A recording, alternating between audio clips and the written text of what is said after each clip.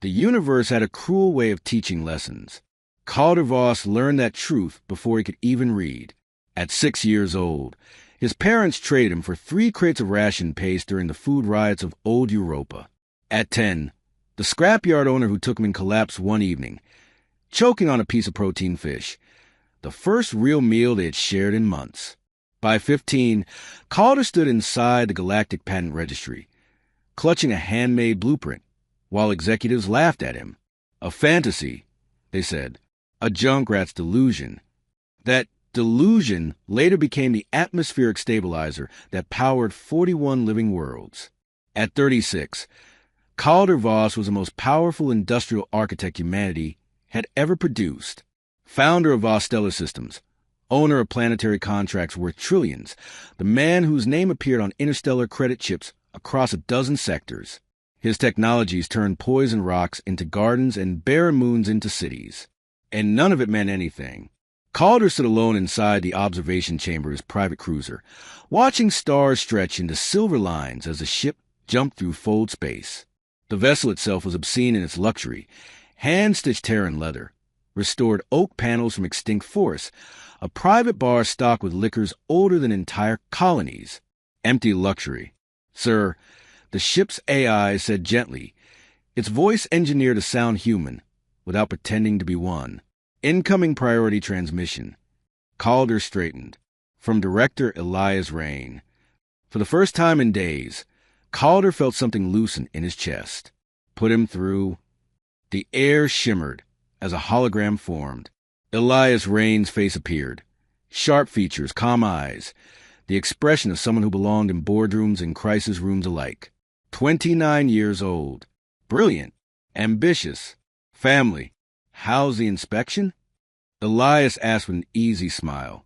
Haven't started, Calder replied, lowering himself into the pilot's chair out of habit. 3 days out from Helium-9.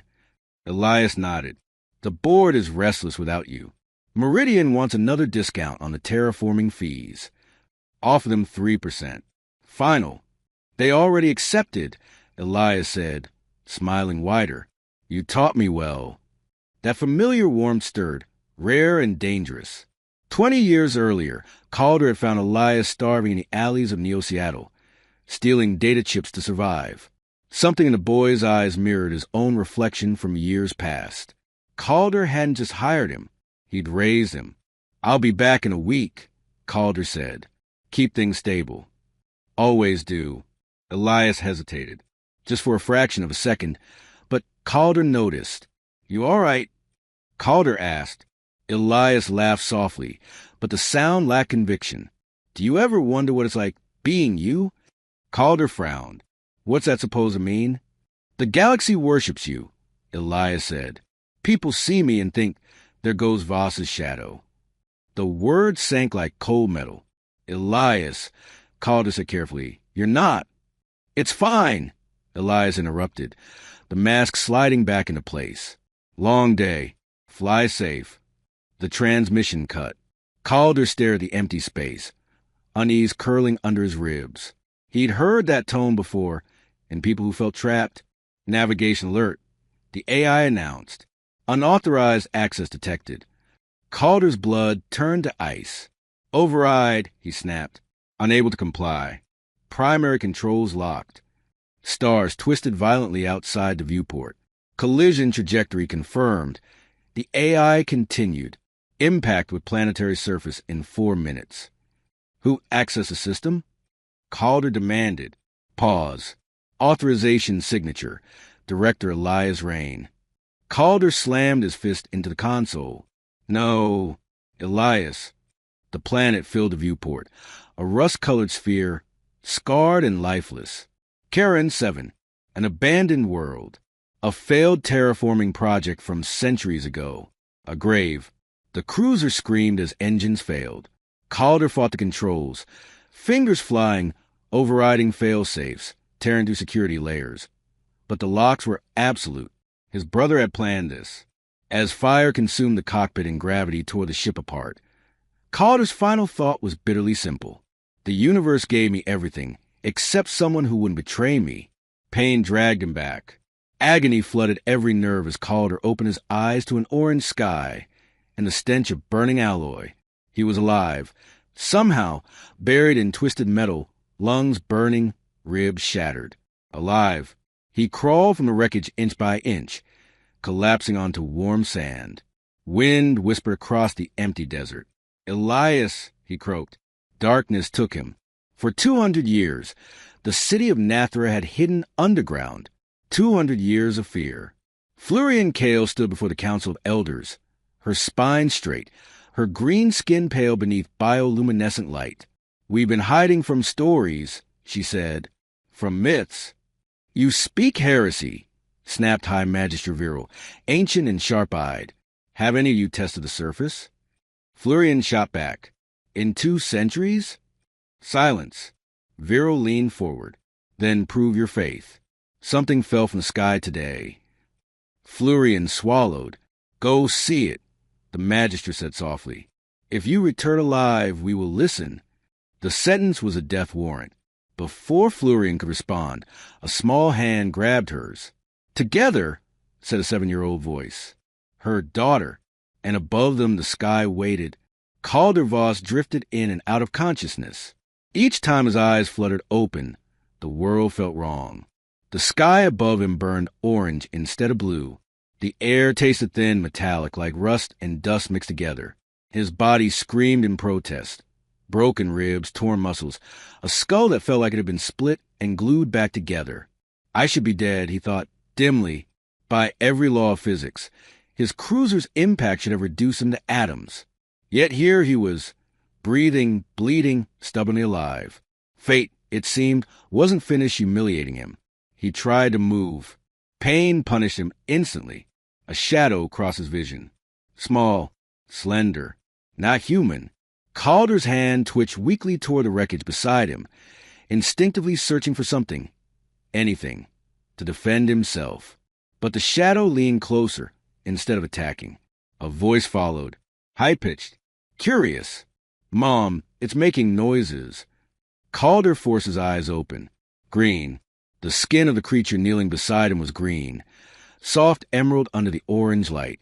Large golden eyes stared down at him with fascination rather than fear. Hallucination, his mind insisted. Then another figure appeared, taller, older, also green-skinned. This one moved carefully, cautiously, like someone approaching a wild animal. "It's alive," the older one said, disbelief trembling in her voice. A cool hand pressed against Calder's neck. "A pulse check." He coughed weakly. The small one jumped back. "See? I told you. Dead things don't cough." Calder's mind struggled to keep up. "Am I dead?" he croaked. The child tilted her head. "Nope. I poked you with a stick. You said, 'Ah.'" She held up a thin metal rod proudly. Calder blinked. "You what?" "I had to be sure," she said seriously. The older woman shot the child a warning look. "Lyra." "What?" "You said we should check." Calder swallowed, throat burning. "Who are you?" The woman hesitated. "My name is Florian Kale. This is my daughter, Lyra." "A man," Florian whispered suddenly, staring at him as if the word itself were dangerous. "A real man." Lyra's eyes widened. So the books weren't lying. Calder tried to sit up, pain crushing back down. Florian immediately supported his shoulders. "Don't," she said. "You'll reopen something." Her touch was cool against his overheated skin. "Real. Solid. Not a hallucination."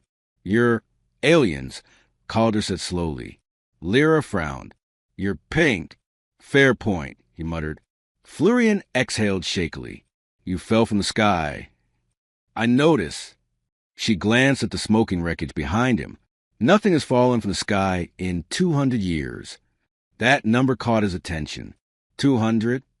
Calder echoed. "Yes," Florian said. "That's how long we've lived underground." Calder stared at her. "Underground, why?" "Because the surface was death," she replied automatically, then hesitated. Her eyes flicked to the sky above, to the air they were breathing, to her daughter standing very much alive. Or so we were told. Lyra tugged at Calder's sleeve. "Are there more like you?" "Yes," Calder answered. Billions. Her mouth fell open. Billions? Across thousands of worlds. Florian sank to her knees. All her life, she'd been taught the surface was poison, that the ancestors had sealed them below to survive. That fear was wisdom. And yet here she was, breathing freely beneath an open sky, beside a man who had fallen from the stars. Our elders lied, she whispered. Lyra grinned. I knew it. Florian shot her a look. You did not. I hoped. Calder watched something change inside Florian. Something breaking. Something rebuilding itself painfully. Can you walk? She asked him. He tested his legs, leaning heavily on her shoulder. With help. Then you're coming with us, she said. To where? Our city. Lyra bounced. You're going to meet everyone. Calder grimaced. That sounds overwhelming. It is, Florian said honestly. The gates of Nathra opened for the first time in centuries.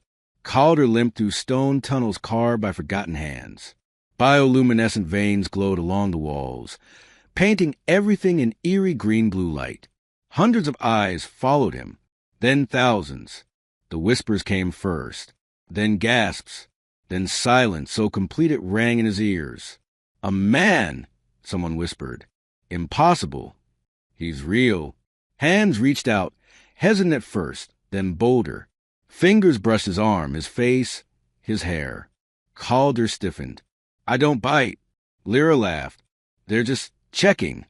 Florian raised her voice. Enough. He's injured. The crowd parted reluctantly as an ancient woman stepped forward, leaning on a carved staff. High Magister Viral. She studied Calder like an artifact pulled from myth.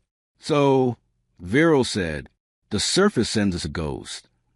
Calder met her gaze. I'm very solid. Her lips twitched. That may be the problem. What happens now? Florian asked. Viral tapped her staff once.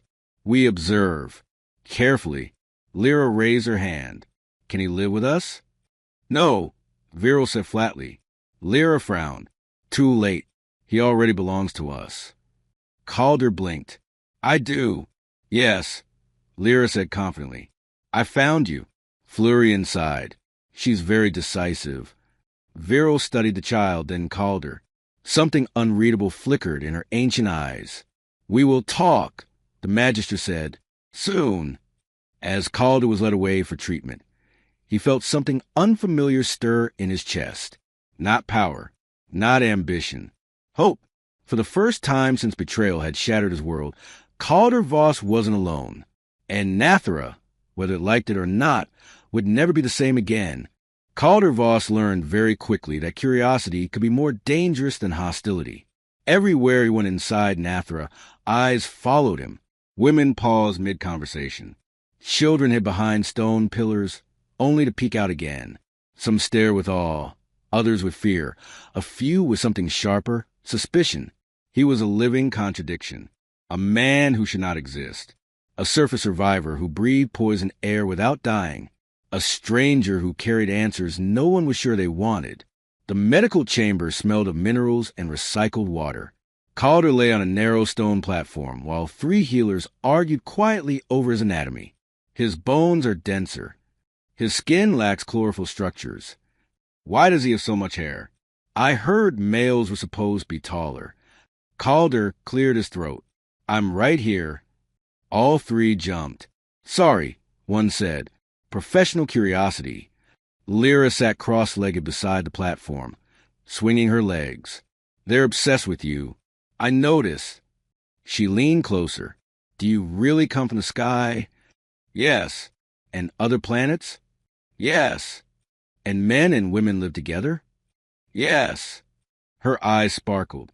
That's wild. Florian stood near the doorway, arms folded, watching the healers work. She looked exhausted. Not physically, emotionally. 2 centuries of certainty had collapsed in a single day, and she was standing in the rubble.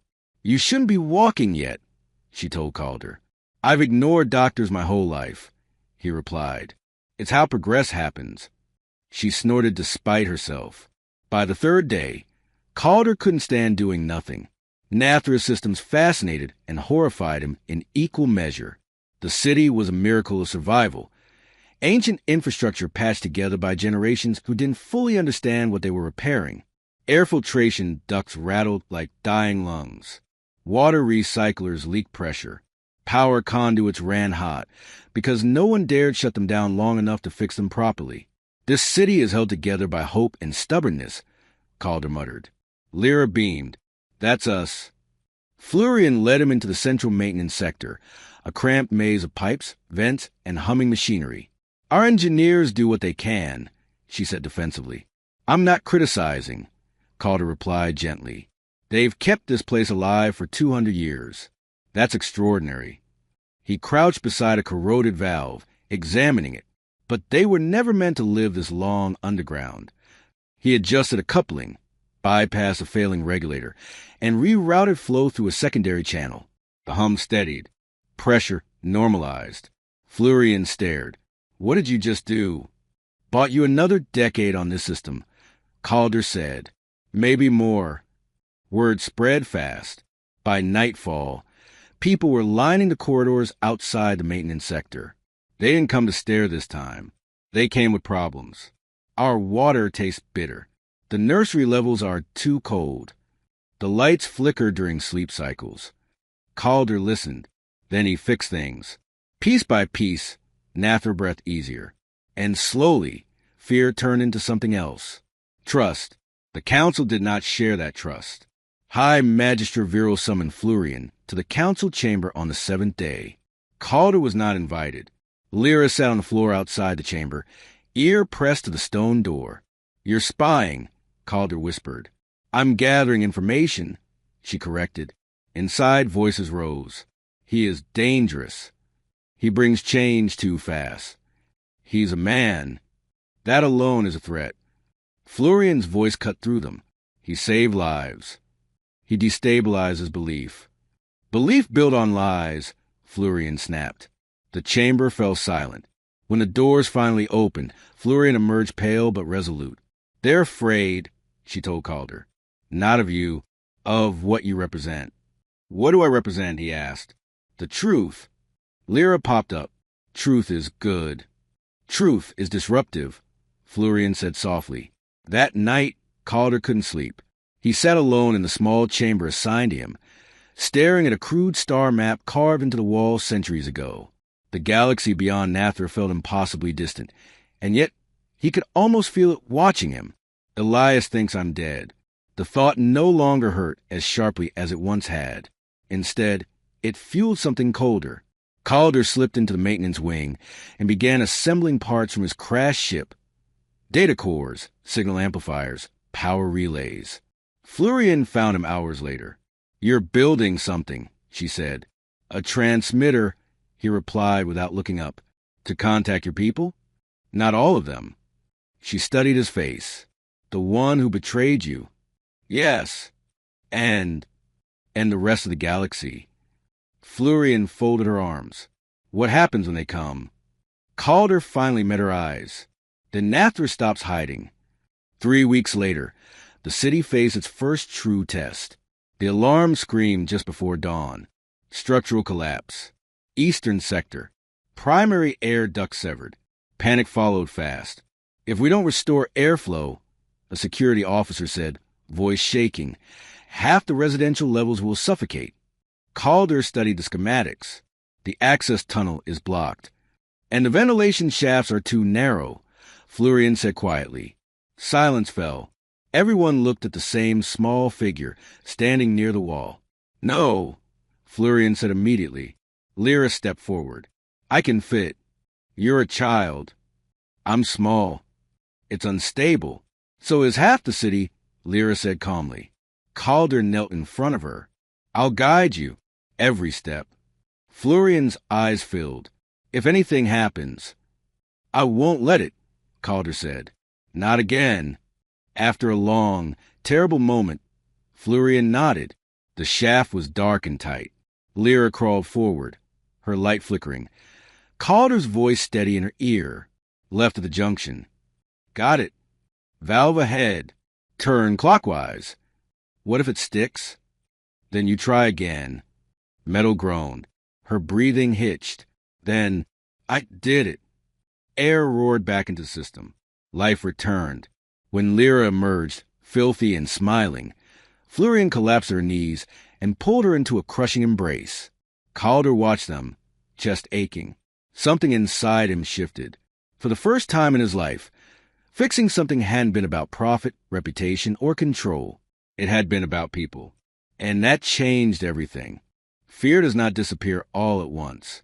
It loosens its grip slowly, finger by finger, until one day you realize you're breathing without thinking about it. For Nathra, that day came when the first expedition returned from the surface. 15 women stepped out of the access tunnel, their green skin glowing beneath an open sky none of them had ever seen before. Some laughed, some cried. One collapsed to her knees and pressed both palms into the warm sand, as if the planet itself might vanish if she didn't hold on to it. Lyra ran in circles around them. I told you, it doesn't bite. Calder stood beside Florian at the edge of the group, watching centuries of fear unravel in real time. The sky is so big, one woman whispered. How do we live without this? Florian didn't answer. She couldn't. Her throat was too tight. They had buried themselves alive for 200 years, and Calder had dug them out. The council chambers were louder than ever. This is madness. The surface will kill us eventually. We are not built for open exposure. We survived underground. Why risk everything now? High Magister Viral said nothing. She simply watched Calder. You've seen it. Calder said evenly. The air is breathable. The radiation is low. Your ancestors didn't die because of the surface. They died because of panic. That's speculation, an elder snapped. No, Calder replied. That's history repeating itself. Florian rose to her feet. We've already lost 2 centuries hiding from ghosts. Silence fell. Viral's staff tapped once against the stone. We will allow a trial, she said. Limited surface construction. One structure. Relief rippled through the chamber. One mistake, Viral added, and this ends. Calder nodded. Fair. Lyra pumped her fist. We're building a house. Florian sighed. A very small one. The first surface building rose slowly. Stone harvested from nearby cliffs. Reinforced alloy scavenged from Calder's wrecked cruiser. Solar collectors adapted to Nathra's orange sky. It wasn't beautiful, but it stood. When the last support beam locked into place, the crowd gathered beneath it erupted into applause. Children ran inside first. Adults followed more cautiously. Calder stood back, watching Florian step through the doorway. She paused, hand brushing the frame, then looked up at the ceiling. Real ceiling, real space, real sky beyond it. She laughed, a sound so full and unrestrained that it startled her. I forgot what hope feels like, she said. Calder smiled. Most people do. That night, Calder activated the transmitter. The machine hummed softly, a patchwork of alien tech and human design. A signal climbed into orbit, weak, encrypted, carefully masked. Florian stood beside him. You're calling them? Yes. The one who betrayed you. And everyone else. She studied his face. Will they come here? They will, Calder said calmly. Eventually. That scares me. It should, he admitted. But hiding won't save you anymore. The transmission completed.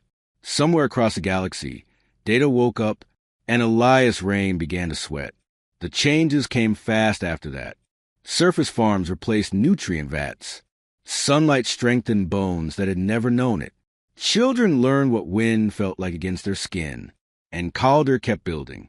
Water towers, energy grids, habitation zones. He worked until exhaustion claimed him each night.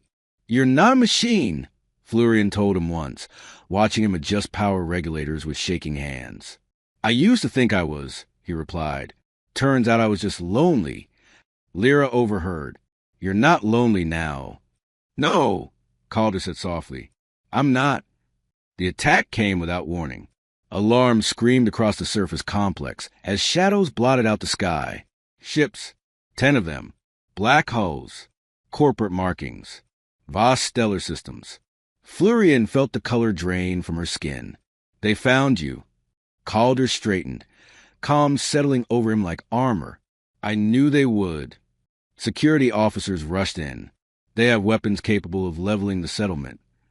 We don't have defenses, Florian said. Calder smiled faintly. I do. Lyra grabbed his hand. Is the bad man here? Yes. Are you scared? Calder knelt to her level. A little. She nodded seriously. That's okay. Brave people are scared. The lead cruiser descended. A ramp lowered. Elias Rain stepped onto sand. Still immaculate. Still confident. Until he saw the city behind Calder. The gardens. The buildings. The people. You survived, Elias said, disbelief cracking his voice. I adapted, Calder replied. You stole my company. Elias snapped. You stole my life. Calder didn't raise his voice. No, you stole it first. Elias gestured sharply. Weapons rose, and then froze. Calder's communicator chimed. Authorization transfer complete. The AI announced. Fleet command reassigned. The soldiers turned. Their weapons now aimed at Elias. What did you do? Elias whispered. I remembered who taught me loyalty mattered, Calder said, and who didn't. Elias collapsed to his knees. This isn't over, he hissed. It is, Calder replied, just not the way you wanted. The ships departed. Nathra stood untouched. That night, the city celebrated beneath open stars. Music echoed across the sand. Fires burned. Children laughed. Florian stood beside Calder, watching Lyra dance herself into exhaustion. You changed everything, Florian said. No, Calder replied. You did. I just reminded you how. She slipped her hand into his. For once, Calder didn't pull away. News does not travel quietly across the stars. It explodes. Within hours of Elias Rain's fleet retreating from Nathra skies, encrypted recordings began circulating through corporate channels, news syndicates, and interstellar governance networks. Confessions, orders, proof of sabotage, proof of attempted murder, and proof that Calder Voss was alive. The galaxy held its breath. Elias Rain sat alone inside the holding chamber aboard the flagship cruiser. The room was pristine, sterile, and smaller than his former office. No windows, no displays, just silence and the echo of everything he'd done. He stared at his hands. They were shaking. This wasn't how it was supposed to end, he muttered. A door slid open. Calder stepped inside. No guards, no weapons, just him. Elias laughed bitterly. Come to finish it yourself? Calder shook his head. No. Why not? Elias snapped. You've earned it. I didn't survive you to become you. Elias looked away. You always say things like that. Makes it sound noble. It's not noble, Calder said quietly. It's exhausting. Silence stretched between them. I was drowning. Elias said finally, in your shadow, in your name. You never had compete with me, Calder replied. You were already enough. Elias scoffed. You really believe that? Yes. Elias closed his eyes. That hurt more than hatred ever could. The trial was broadcast across 12 systems. Elias Rain, once hailed as the youngest visionary director in corporate history, now stood accused of attempted assassination, corporate sabotage, and planetary endangerment. Calder refused to testify in person. Instead, he sent evidence. Let the truth speak for itself. When the verdict came, it was swift. Guilty. Assets frozen. Authority stripped. Sentenced to life confinement under interstellar oversight. The empire Elias had stolen collapsed in days, and Calder Voss officially reclaimed nothing. Back on Nathra, the city grew faster than anyone expected. Ships arrived weekly now. Traders, scientists, refugees, curiosity seekers, people who wanted to see the hidden world with their own eyes. Calder negotiated carefully. No exploitation, no ownership, no corporate flags. This planet is not for sale, he told every delegation. Some laughed, some left, enough stayed. Florian watched the city expand from the balcony of the first administrative tower, stone and alloy rising above fields of green that had never existed before. "They'll never stop coming," she said. "I know," Calder replied. "Does that worry you?" "It used to." She studied him. "And now I'm more worried about becoming what I escaped." Florian nodded. "Then don't." Simple. Terrifying. Honest. Lyra burst onto the balcony, breathless. "They're arguing again." Calder sighed. "About what this time?" "About whether men should have their own housing zone." Florian rubbed her temples. Progress comes with panic. Calder crouched to Lyra's level. "What do you think?" She considered. "That's silly. People are people." He smiled. "Exactly." The first election Nathra ever held took place 6 months later. No elders. No inherited authority. Only choice. Florian didn't want to stand. The city insisted. When the results were announced, she closed her eyes and exhaled slowly. "Leader of Nathra. You'll be good at it," Calder said. "I'm terrified," she admitted. "Good," he replied. "That means you care." She looked at him. "And you?" "I'll build," he said. "That's what I do." "And when there's nothing left to fix?" He paused, then smiled. "I'll learn something new." That night, beneath unfamiliar stars, Florian found Calder alone near the edge of the settlement. "You didn't have to stay," she said. "Yes," he replied. "I did." She stepped closer. "Why?" Calder looked at the city, at children playing beneath open skies, at lights glowing where darkness had ruled for centuries. "Because this is the first place I wasn't valued for what I owned." He met her gaze. "Only for what I gave." Florian reached for his hand. This time, neither hesitated. Lyra watched from a distance, grinning. Later that night, she announced loudly, "I approve of this pairing." Florian groaned. "You do not get a vote." "I found him first." Calder laughed harder than he had in years. The galaxy adjusted. Slowly, cautiously, Nathra became a symbol, a reminder that fear could imprison entire civilizations, and that sometimes all it took to break it was one broken man falling from the sky, and a child brave enough to say, "You belong here." Time changes things. It doesn't ask permission. It doesn't slow down for grief or joy or fear. It simply moves forward, dragging everything with it. People, cities, worlds. 2 years passed on Nathra, and the planet that had once hidden underground now breathed openly beneath the sky. Fields of engineered crops stretched across the plains where only dust had existed before. Solar towers tracked the slow movement of the orange sun.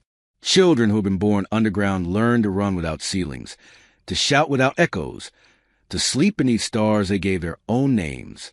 Calder Voss watched it all from the central overlook. He had built cities before, dozens of them, entire planetary infrastructures designed with precision and efficiency. None of them had felt like this, because this one wasn't his.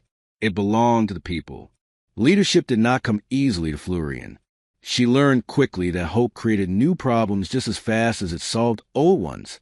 Trade disputes, cultural clashes, population growth that strained systems faster than Calder could upgrade them. Some nights she returned home exhausted, sinking into silence. "You can't fix everything at once," Calder reminded her gently. "I know," she replied. "But when I don't try, people suffer. That means you're doing it right." She smiled tiredly. "That's a terrible rule." Lyra grew faster than either of them expected. At 9, she had already memorized half the city schematics. At 10, she followed Calder into workshops, asking questions that forced him to rethink designs he'd used for decades. At 11, she asked a question that stopped him cold. "Why didn't your brother love you enough?" Calder set his tools down slowly. "He did," he said after a long pause. "Just not in a healthy way." She considered that. "That sounds lonely." It was. She hugged him without warning. "You're not lonely anymore." Something in his chest cracked and healed. Not everyone celebrated Nathra's rise. Across the galaxy, corporations whispered, governments debated, religions argued over what Nathra meant. A planet that had hidden for 2 centuries. A society built without men. A rebirth sparked by one outsider. It challenged narratives. And people hate that. The first sanctions came quietly. Trade restrictions. Licensing delays. Safety concerns. Florian slammed her palm on the council table. They're trying to starve us. They're testing us, Calder said calmly. Well, I don't like being tested. He smiled faintly. Neither do I. The attack wasn't military. It was subtler. A cargo ship carrying medical supplies never arrived. Then another. Rumors spread faster than facts. Outsiders are dangerous. Men bring chaos. Surface life is weakening us. Calder heard it all. So did Florian. We can't let fear win again, she said. No, Calder agreed. But we also can't ignore it. They called an open assembly. Every voice, every concern. People shouted, argued, cried. And then Lyra climbed onto the stage. You're all acting stupid, she announced. Silence fell instantly. We hid underground because we were scared, she continued. Now we're scared again, so you want to hide from each other. She pointed at Calder. He didn't save us alone. She pointed at Florian. She didn't lead us alone. She gestured at the crowd. We did this. Together. A pause. If you're scared, Lyra said, be scared. Just don't be mean about it. The crowd laughed. Tension broke. Sometimes wisdom sounded suspiciously, like a child telling adults to grow up. The sanctions lifted slowly, not because the galaxy grew kinder, but because Nather became necessary. Their agricultural methods fed border systems. Their hybrid engineering solved problems no one else could. Their culture, born from fear and rebuilt through trust, produced mediators, engineers, and leaders in high demand. Nather wasn't powerful. It was useful, and that kept it safe. Calder felt the strain more than he admitted. Old injuries flared. Long nights returned. The instinct to overwork, to control outcomes, to build faster than people could adapt, it haunted him. One night, Florian found him asleep at his workstation. She covered him with a blanket and waited. When he woke, she didn't scold him. She just said, "You don't have to prove your worth here." He closed his eyes. Old habits.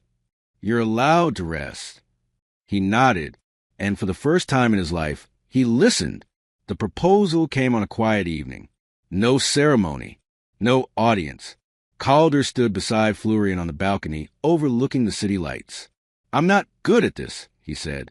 She raised an eyebrow. You've negotiated planetary treaties. This is harder. He took her hand. Stay with me. Not because you need me. Not because I fix things. Because you choose me. Florian smiled. I already did. Lyra found out 10 minutes later. She stared at them, arms crossed. So, does this make him officially my other parent? Florian hesitated. Lyra turned to Calder. You're stuck now. He smiled softly. I was stuck the moment you poked me with a stick. She grinned. Best decision I ever made. From orbit, Nather no longer looked like a forgotten world. It glowed, a quiet beacon against the dark. And somewhere deep in Caldervoss's heart, a truth finally settled. The universe hadn't thrown him away. It had redirected him. Legacies are rarely planned. They form quietly, through choices made when no one is watching, through kindness extended when fear would have been easier, through staying when leaving would have hurt less. Caldervoss learned that 20 years after he fell from the sky. From orbit, Nather no longer looked like a secret. It looked like a promise. Green belts wrapped around continents. Cities shimmered where underground tunnels once choked with recycled air. Spaceports glowed softly along the planet's curve, welcoming, not threatening. Calder stood on the observation deck of a Unity station, hands resting on the railing. His hair had gone gray at the temples. The scars never fully faded. But his eyes, once sharp with survival and suspicion, were calm. You're thinking too loudly again, Florian said, joining him. He smiled. You still hear that? I always will. Below them, a transport lifted into the sky. carrying Nathra-born engineers to distant systems. Teachers, mediators, builders, children of a world that had once been afraid to breathe. Florian's leadership had reshaped Nathra, not through force, but through patience. Power was rotated. Councils changed. No one stayed in control long enough to forget what it felt like to be powerless. Fear built our past, she often said. Choice will build our future. The galaxy listened now, not because Nathra demanded attention, but because it deserved it. Lyra burst into the deck, older now, taller, eyes sharp with curiosity and purpose. "They're ready," she announced. Calder chuckled. "You've been saying that since you were 6. And I was right then, too." She wore the insignia of the Pathfinders, Nathra's first deep space exploration corps. Not soldiers, not conquerors, witnesses. "You don't have to go," Florian said gently, though they'd had this conversation 100 times. "I know," Lyra replied, "but I want to." She turned to Calder. "You once fell from the sky and changed a world. I just want to see what's out there." He swallowed past the tightness in his throat. "Then go, and come back." "I always do." They embraced.